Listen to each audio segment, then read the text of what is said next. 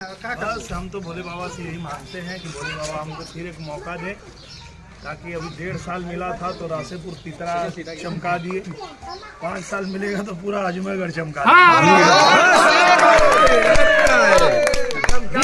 Sir 1.5 साल के पटल पे जिस तरह से आपने मेहनत किया, ऊर्जा मिली है, वादा के बाद पहली बार आज भ्रमण करने चले हैं, क्या ऊर्जा रहेगी, संदेश क्या रहेगा लोगों को? बहुत बहुत बहुत अच्छा संदेश है और सब लोग बहुत खुश हैं, क्योंकि इसी मार्ग पे जो मैं आया था चुनाव प्रचार में, और जब ये मार्ग देखा था तो सब लोग बोले कि भैया ये बनता नहीं है और ये बन नहीं पाएगा।